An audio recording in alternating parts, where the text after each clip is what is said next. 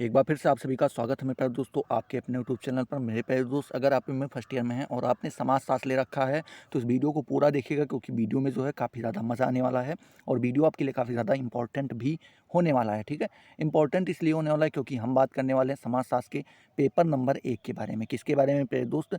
तो paper number 1 के बारे में हम चर्चा करने वाले हैं, जिसका नाम है सामाजिक विचारों का इतिहास। इसके हमने जो है 2 कलर से ऑलरेडी कर रखी है। अगर आपने उनको नहीं देखा है तो चैनल पे जाके उन सारी चीज़ों को देख सकते हैं। इसके सिलेबस के ऊपर भी हमने चर्चा कर रखा है, ठीक है? तो उन सारी चीज़ों को आप जा कर के अभी देख सकते हैं। आज जो हमारी तीसरी क्लास होने वाली है, उसकी जो एक एक पार्ट, जो पहला पार्ट है वो आपका ऑलरेडी हो चुका है। उसमें हमने देखा था प्रश्न नंबर 3 के बारे में, मनु के राज्य सिद्धांत का आपको वर्णन करना था। तो इसका जो है आधा पार्ट जो है, या आधा आंसर कह सकते हैं आप, कि उनके बारे में हमने चर्चा कर ली थी। आधे के बारे में चर्चा आज आपको करनी थी, ठीक है? बात करें, जो पिछला वीडियो था वो काफ़ी ज़्यादा लंबा खिंच रहा था और उतना इंटरेस्ट नहीं बन पा रहा था, तो इसलिए उस क्लास को बीच में वहीं रोक दिया गया था। चलिए देखते हैं आज के उसी सेशन को आगे बढ़ाते हुए हमें क्या पढ़ना है। तो आज की जो हेडिंग होने वाली वो होने वाली है विदेश नीति का सिद्धांत। ठीक है, मनु ने विदेश नीति का भी सिद्धांत अपने राज्य के सिद्धांत के अंतर्गत ही प्रतिपादित किया है। इसमें देखते हैं तो इसमें आपको लिखना होगा कि विदेशी नीति का अर्थ है, ठीक है, विदेश नीति का अर्थ है दूसरे देशों के संबंध में नीति का निर्धारण। मतलब कह रहे हैं कि जैसे आप जिस देश में रह रहे हैं उसके आस पड़ोस के जो देश हैं उनके उनके बीच में और आपके बीच में किस प्रकार के संबंध हैं, और वहाँ पे कौन, उस संबंध में कौन कौन सी नीति अपनाई जा रही हैं, उन सारी चीज़ों का निर्धारण जब आप करते हैं उसी को हम विदेशी नीति कहते हैं, विदेश नीति कहते हैं। ठीक है, आगे बात करें, मनुष्य सामाजिक प्राणी होने के नाते एक देश और एक काल की सीमाओं में बनकर नहीं रह सकता। मतलब कह रहे हैं कि जो मनुष्य है ये एक सामाजिक प्राणी है, ठीक है, ये तो आप जानते ही हैं। तो इसके कारण से मेरे प्यारे दोस्त, जो आदमी है वो किसी एक देश और एक काल की सीमाओं में बनकर नहीं रह सकता है, ठीक है। वो अलग अलग देशों में जाएगा अपनी इच्छाओं को पूरा करने के लिए, कहीं ना कहीं वो भटकता रहता है। वह अधिक से अधिक संबंधों की स्थापना करना चाहता है, वो ज़्यादा से ज़्यादा संबंध बनाना चाहता है।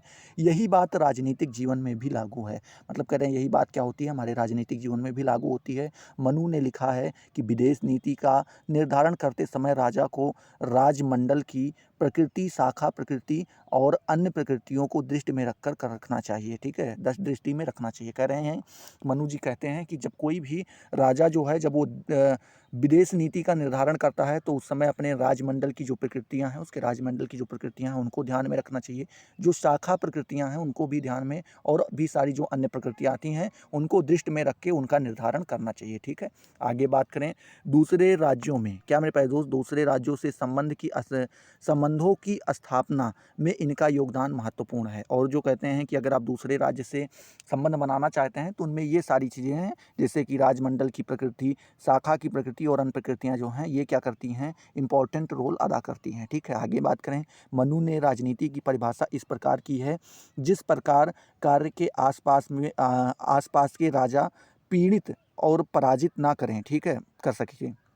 मतलब कह रहे हैं कि जो मनु जी हैं उन्होंने राजनीति की परिभाषा इस प्रकार से, कुछ इस प्रकार से बताया है, जिस कार्य से आसपास के राजा जो होते हैं, जो आसपास के राजा होते हैं वो पीड़ित और पराजित ना कर सकें, ऐसे कार्य को राजनीति कहते हैं। मतलब कह रहे हैं कि एक राजा दूसरे राजा को किसी भी प्रकार से हानि ना पहुंचा पाए, इसी को क्या कहते हैं, राजनीति कहते हैं। आगे बात करें, अंतर्राष्ट्रीय जगत में, क्या मेरे प्यारे दोस्त, अंतर्राष्ट्रीय जगत में गौरव और कीर्ति प्राप्त करने के लिए राजा को इस प्रकार की नीतियों का अनुसरण करना चाहिए। मतलब कह रहे हैं कि अगर वो अंतर्राष्ट्रीय जगत में, मतलब ऑल ओवर इंटरनेशनल लेवल पे अगर वो गौरव प्राप्त करना चाहता है, कीर्ति प्राप्त करना चाहता है, तो राजा को इन प्रकार की नीतियों का अनुसरण करना होगा, उनका पालन करना ही होगा, ठीक है, जिससे कि शक्ति का संतुलन हमेशा ही उसके पास में रहे। मतलब कह रहे हैं जिससे उसके शक्ति का जो संतुलन है वो लगातार उसके सामने बना रहे, ठीक है।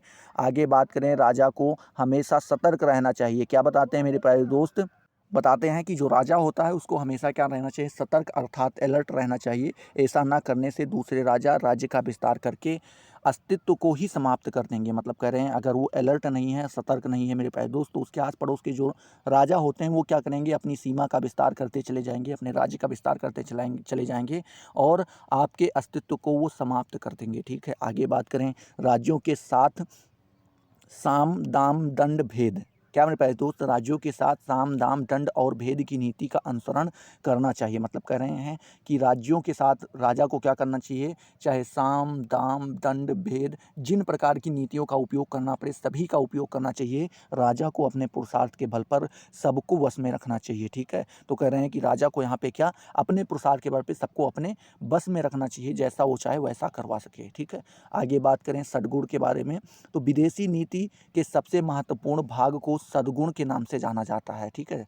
सद्गुण के नाम से जाना जाता है। जो विदेश की सबसे महत्वपूर्ण नीति होती है, सबसे महत्वपूर्ण भाग है मेरे प्यारे दोस्त विदेश नीति की, उसको हम सद्गुण के नाम से जानते हैं। इस सिद्धांत के 6 तत्व हैं। कितने तत्व हैं मेरे प्यारे दोस्त, 6 तत्व हैं। बात करें सरल शब्दों में, इसे विदेशी नीति का समयानुकूल सिद्धांत भी कहा जाता है। क्या कहा जाता है मेरे प्यारे दोस्त, इसे विदेश नीति का समयानुकूल, मतलब समय के अनुकूल होने का सिद्धांत इसे कहा जाता है। मनु ने लिखा है कि संधि, विग्रह, यान, आसन, ठीक है, उसके बाद द्वैधी भाव, फिर संश्रय, इन 6 गुणों का चिंतन राजा को हमेशा करना चाहिए। इनका विवरण इस प्रकार है। ठीक है, मतलब यहाँ पे कह रहे हैं कि जो एक राजा होता है उसको पहले तो संधि, संधि का मतलब होता है मिलाव रखना, जोड़ रखना, किसी के साथ संबंध बनाना। विग्रह मतलब अलग होना, यान, आसन, ठीक है, द्विद द्वै द्वैधी भाव, उसके बाद क्या होता है संश्रय। इन 6 गुणों का क्या करना चाहिए, हमेशा उसको अनुसरण करना चाहिए उस राजा को, इसका चिंतन हमेशा रखना चाहिए।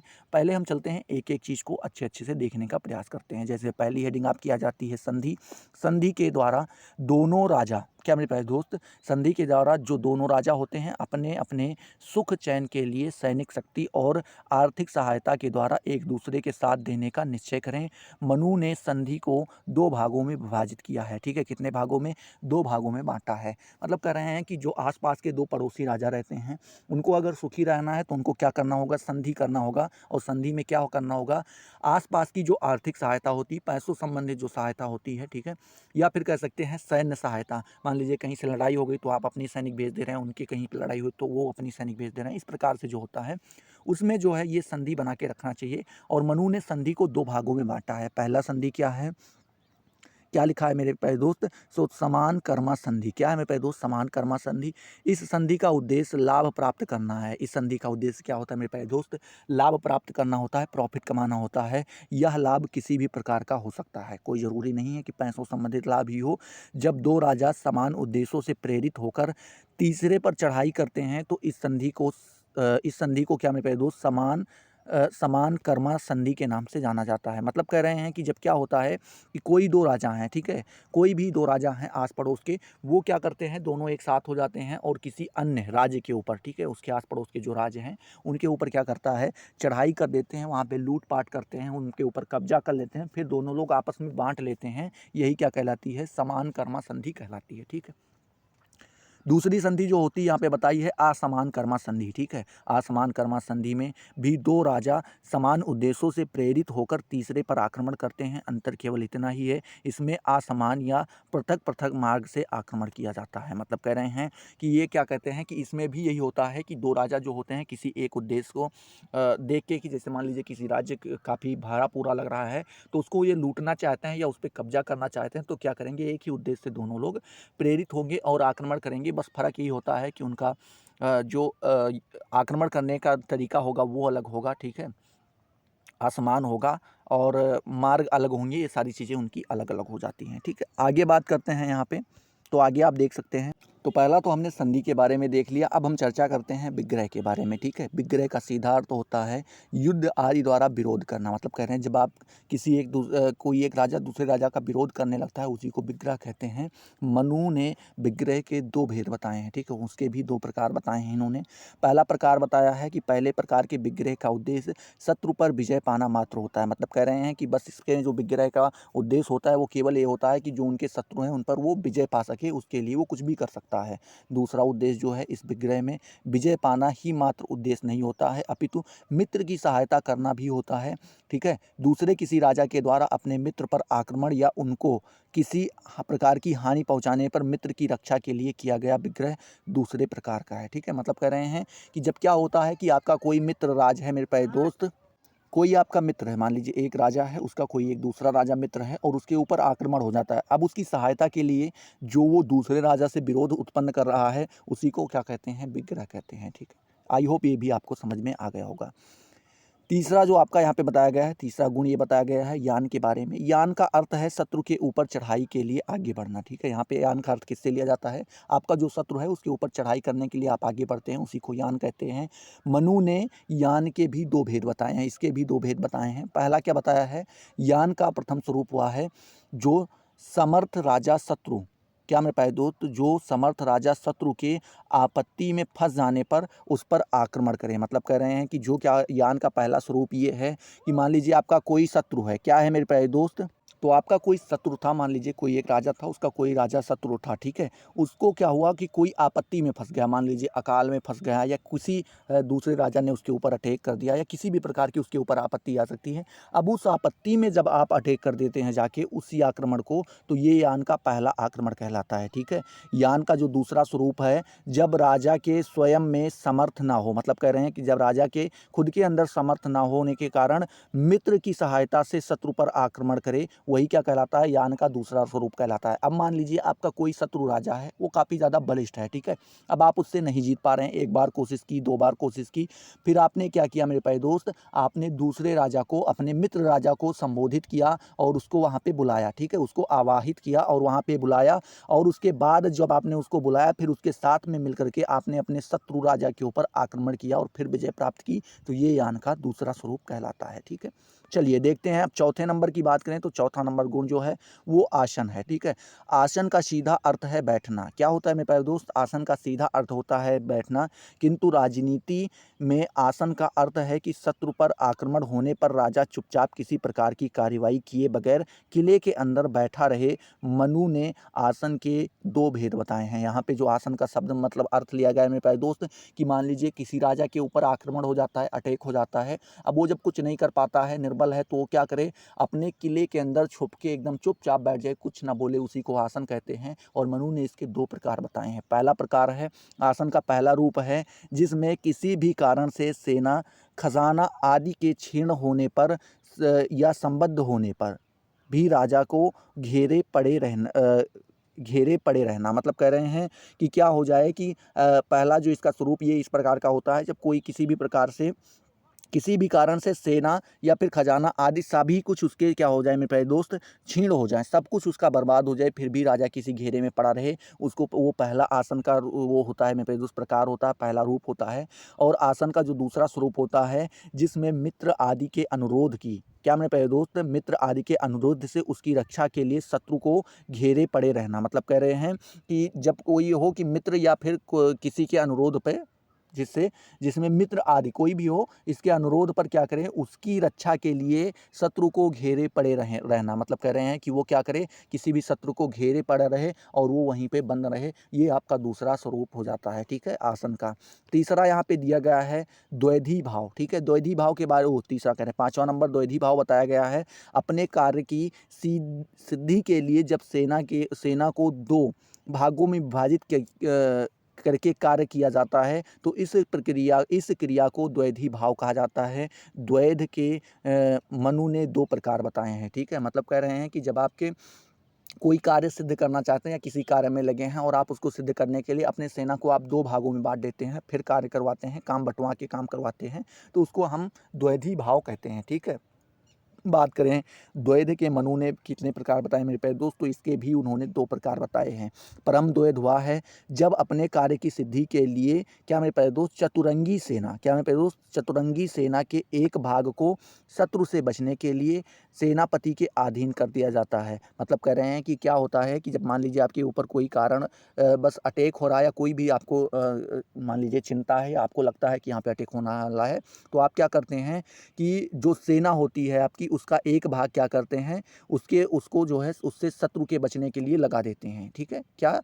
चतुरंगी सेना के एक भाग को, चतुरंगी का मतलब होते हैं चार भाग सेना के होते हैं, तो उसमें से एक भाग क्या करते हैं, आप अपने सुरक्षा के लिए, शत्रु से बचने के लिए लगा देते हैं सेनापति के अधीन, सेनापति के अधीन वो होती है।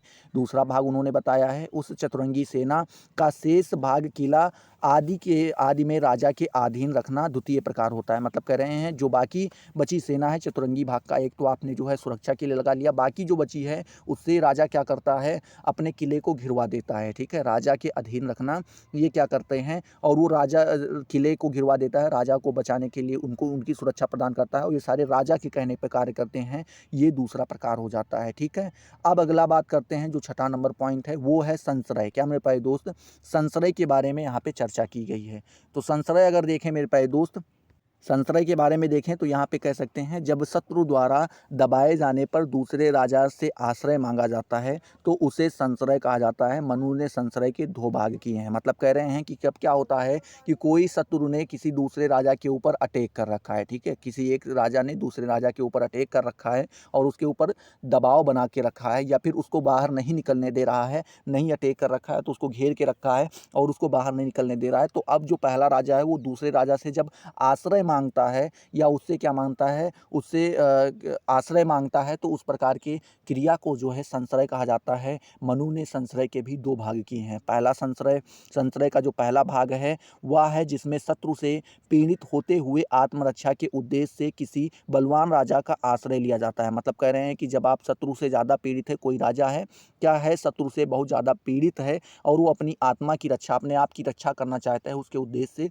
वो किसी बलवान राजा के यहाँ जाके छिप जाता है, तो ये संशय का पहला भाग हो जाता है। संशय का जो दूसरा भाग है भी आत्मरक्षा के उद्देश्य से दूसरे राजा की सहायता से संबंधित है, किंतु इसमें पीड़ित होने की आशंका मुख्य रहती है, ठीक है। मतलब कह रहे हैं कि क्या होती है कि इसमें भी जो है आप दूसरे राजा से ही सहायता मांगते हैं और अपनी रक्षा के लिए, बस इसमें ये फ़र्क रहता है कि ज़रूरी नहीं कि आपके ऊपर जो है एकदम दबाव ही बना हो, ठीक है, क्या हो, दबाव बना हो, ऐसा ज़रूरी नहीं पाया जाता है। अगला हेडिंग यहाँ पे दिया गया है युद्ध। क्या दिया गया है मेरे प्यारे दोस्त, युद्ध के बारे में।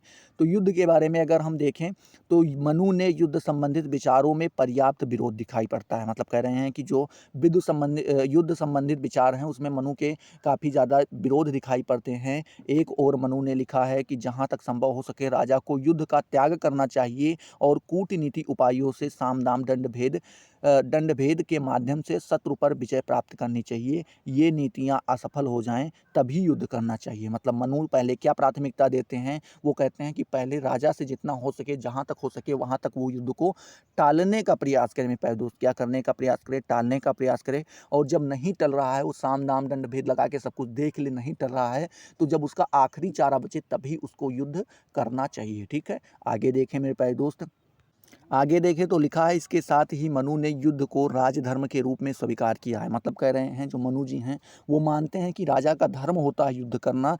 मनु ने निम्न तीन उद्देश्यों की प्राप्ति के लिए युद्ध को अनिवार्य माना है। मतलब वो तीन उद्देश्य बताते हैं, अगर उसको आपको प्राप्त करना हो तो उसके लिए आप युद्ध को करना आवश्यक ही हो जाता है, एक अनिवार्य हो जाता है, ठीक है।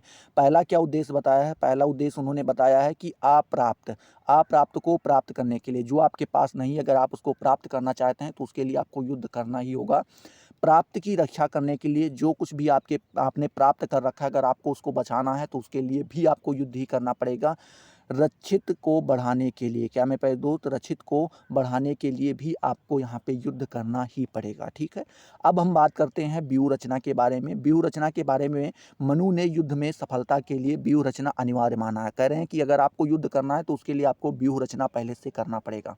उसके अनुसार व्यूह रचना के निम्न 6 प्रकार मनु ने बताए हैं। कितने प्रकार में पहले दोस्त, 6 प्रकार की व्यूह रचना बताई है। पहला व्यूह रचना जो है वो है दंड व्यूह। क्या है मेरे पहले दोस्त, दंड व्यूह है। इसमें देखें दंड व्यूह की रचना में आगे बालाध्यक्ष, क्या मेरे प्यारे दोस्त, बालाध्यक्ष, बीच में राजा, पीछे सेनापति, दोनों बगल की ओर हाथी, उसके आसपास घोड़े और इन घोड़ों के आसपास पैदल सैनिक होते हैं। इस प्रकार बराबर और लंबी सेना को दंडाकार होने के कारण दंड व्यूह कहा जाता है। मतलब कह रहे हैं कि इसका जो आकार होता है एक पतले डंडे के समान होता है। उसमें क्या होता है यहाँ पे बताया गया है कि पहले तो बाल अध्यक्ष होते हैं, ठीक है, आगे सबसे पहले बाल अध्यक्ष होते हैं, जो वो आपने देखा होगा बाहुबली वगैरह में, वो आगे लेकर के एकदम दीवार की तरह खड़े हो जाते हैं, उनको बाल अध्यक्ष कहते हैं, ठीक है।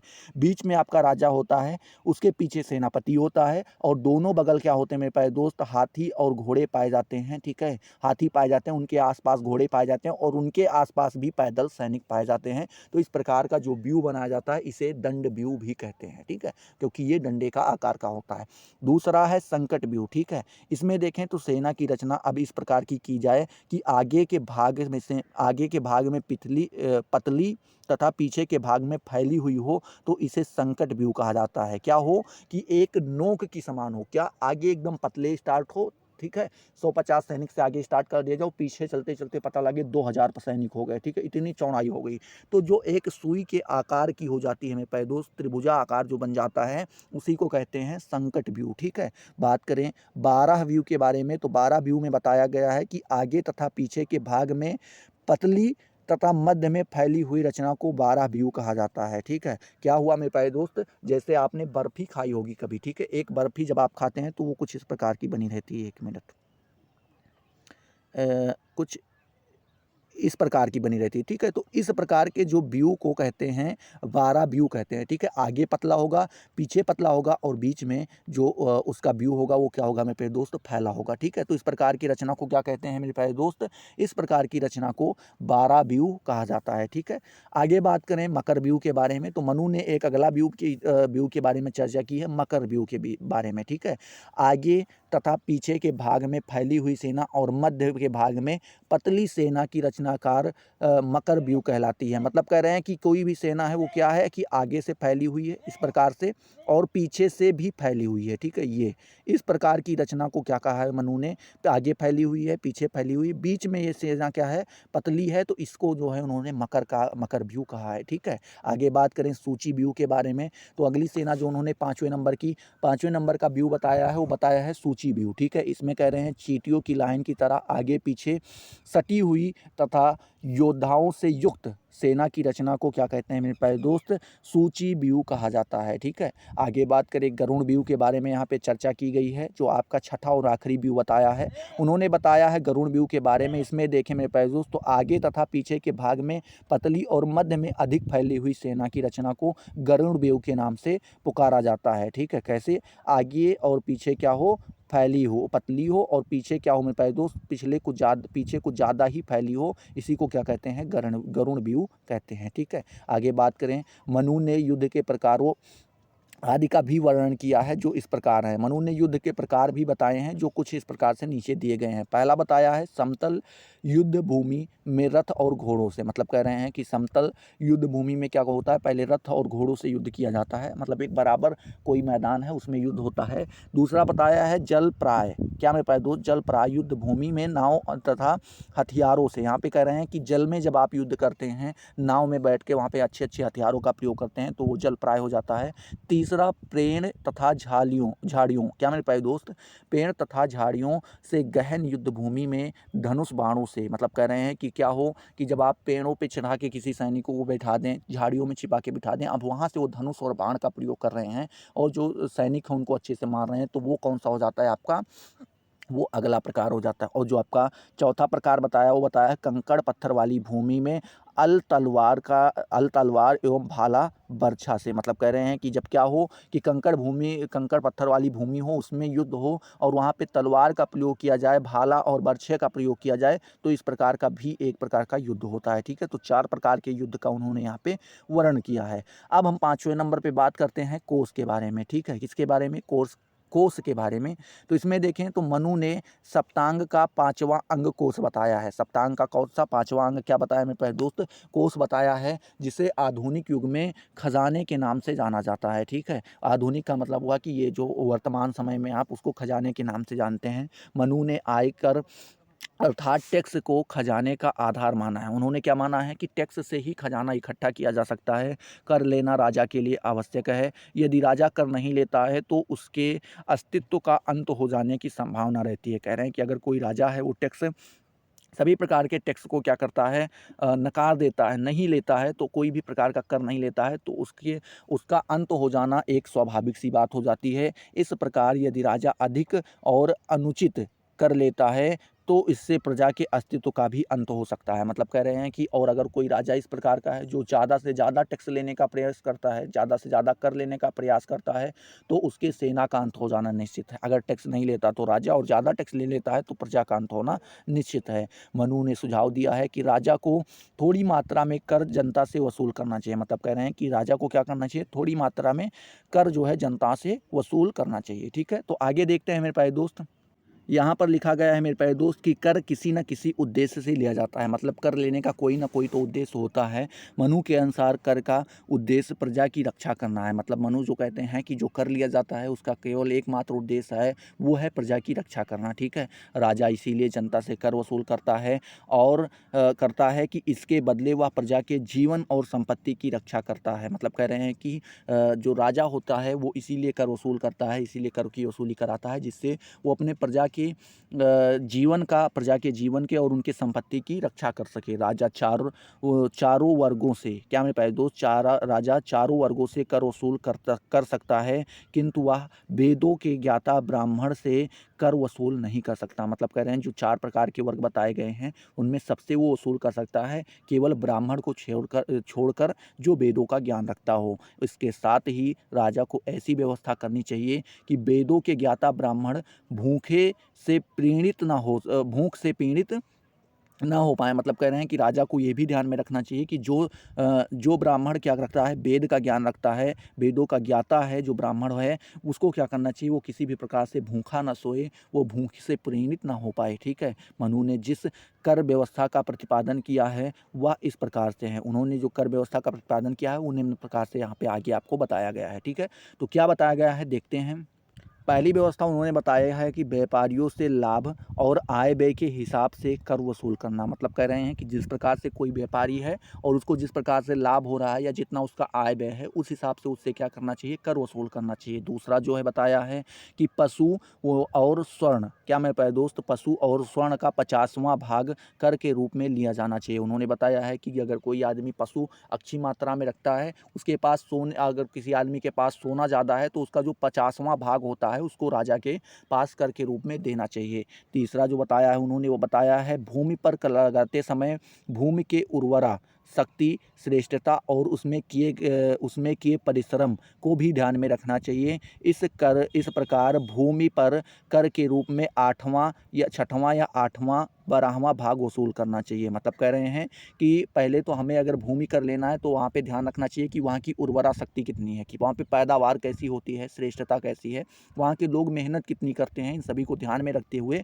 हमें फिर उस हिसाब से जो है भूमि का कर वसूल करना चाहिए। अब आप 6वां भाग वसूल करते हैं, 8वां भाग करते हैं या 12वां भाग करते हैं, ये आपके ऊपर निर्भर करता है। चौथा प्रकार उन्होंने जो बताया है वो बताया है कि सामान्य व्यवसाय तथा उससे जीवन यापन करने वाले व्यक्तियों से बहुत ही कम कर वसूल किया जाए। मतलब कह रहे हैं कि जो सामान्य रूप से जीवन यापन कर रहे हैं अपना, ठीक है, जो व्यक्ति हैं वो व्यवसाय करते हैं, सामान्य व्यवसाय करते हैं और अपना जीवन यापन करते हैं, उनसे बस थोड़ी मात्रा में क्या करना चाहिए, कर वसूल करना चाहिए।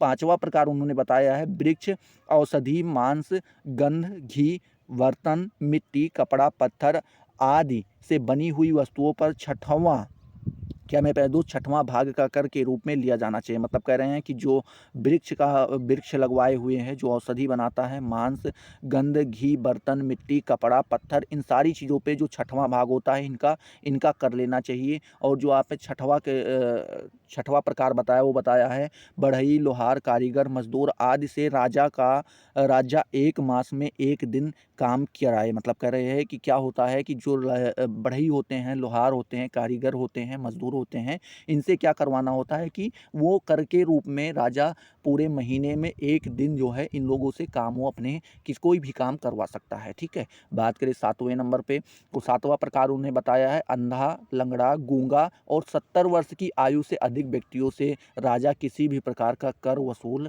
ना करे। ठीक है, जो व्यक्ति अंधा है, जो लंगड़ा है, जो मूर्ख है या फिर जो 70 वर्ष की आयु से ज़्यादा हो गया है, उससे राजा कभी भी कर वसूल नहीं करता है। ठीक है, आगे बात करें, उन्होंने 6वें प्रकार दंड की बात की है। तो मनु ने सप्तांग का 6वां अंग जो है क्या बताया हमें प्यारे दोस्त, दंड बताया है। यह दंड का पर्याप्त शक्ति से है, मतलब कह रहे हैं दंड का जो है तात्पर्य शक्ति से लिया गया है, जिसके माध्यम से राजा को अस्थायित्व प्रदान किया जाता है। मनु ने इन शक्तियों को चतुरंगनी कहा है। क्या कहा है मेरे प्यारे दोस्त? चतुरंगनी कहा है। चतुरंगनी के अंतर्गत निम्न 4 प्रकार की सेवाएँ आती हैं। पहला कौन-सा आता है? हाथी, दूसरा आता है आपका घोड़ा, तीसरा रथ और चौथा पैदल। ये 4 प्रकार की सेनाओं को उन्होंने क्या बताया है? चतुरंगनी सेना बताया है, ठीक है?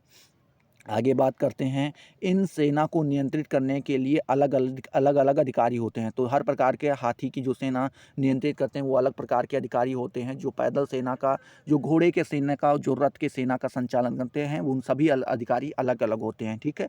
7वें नंबर जो सप्तांग का जो 7वां भाग है मेरे प्यारे दोस्त, 7वां अंग है, वो उन्होंने मित्र को बताया है। मनु ने सप्तांग सिद्धांत का अंतिम और 7वां अंग मित्र, इसके साथ ही मित्र को अत्यधिक महत्व प्रदान किया गया है। मतलब कह रहे हैं कि 7वां अंग जो है उन्होंने क्या बताया है? मित्र को बताया है और इसके साथ ही उन्होंने मित्र को अत्यधिक महत्व प्रदान किया है इस सप्तांग के अंदर, ठीक है? मनु के अनुसार राजा के लिए मित्र और राज्य प्राप्ति दोनों बराबर है। मतलब कह रहे हैं जिस प्रकार से राजा के लिए एक राज्य प्राप्ति है, उसी प्रकार से उसके लिए मित्र भी आवश्यक हो जाता है। राज्य प्राप्ति और मित्र के द्वारा ही राजा की उन्नति हो सकती है। मतलब कह रहे हैं कि राज्य जैसे ही प्राप्त करता है और राज्य की प्राप्ति अगर वो मित्र के द्वारा ही करता है तो राजा की उन्नति उसमें सबसे ज़्यादा मानी जाती है। मनु के अनुसार मर्मज्ञ, कृत्य, संतुष्ट, अनुरक्त, स्थिर कार्यारंभ करने वाला छोटा मित्र भी श्रेष्ठ है। मतलब कह रहे हैं जो छोटा कार्य आपका करवाता हो वो भी आपका मित्र क्या होता है? एक बड़े मित्र के समान ही होता है। तो आई होप ये आपका जो मनु के राज्य संबंधित नियम थे, इसका आपका जो है इसके बारे में आपका सब कुछ क्लियर हो गया होगा, ठीक है? तो चलिए, अगर क्लियर हुआ है तो फटाफट वीडियो को लाइक करो, अपने दोस्तों के साथ शेयर करो। अभी तक अगर आपने चैनल को सब्सक्राइब नहीं किया तो सब्सक्राइब करके बेल वाले आइकन को जरूर प्रेस कर दो, जिससे आपको सारी नोटिफिकेशन मिलती रहें और आप उनसे लगातार लाभान्वित होते रहें। तो चलिए अगले वीडियो में मिलते हैं नए जोश, नए टॉपिक के साथ। तब तक के लिए जय हिंद, जय भारत।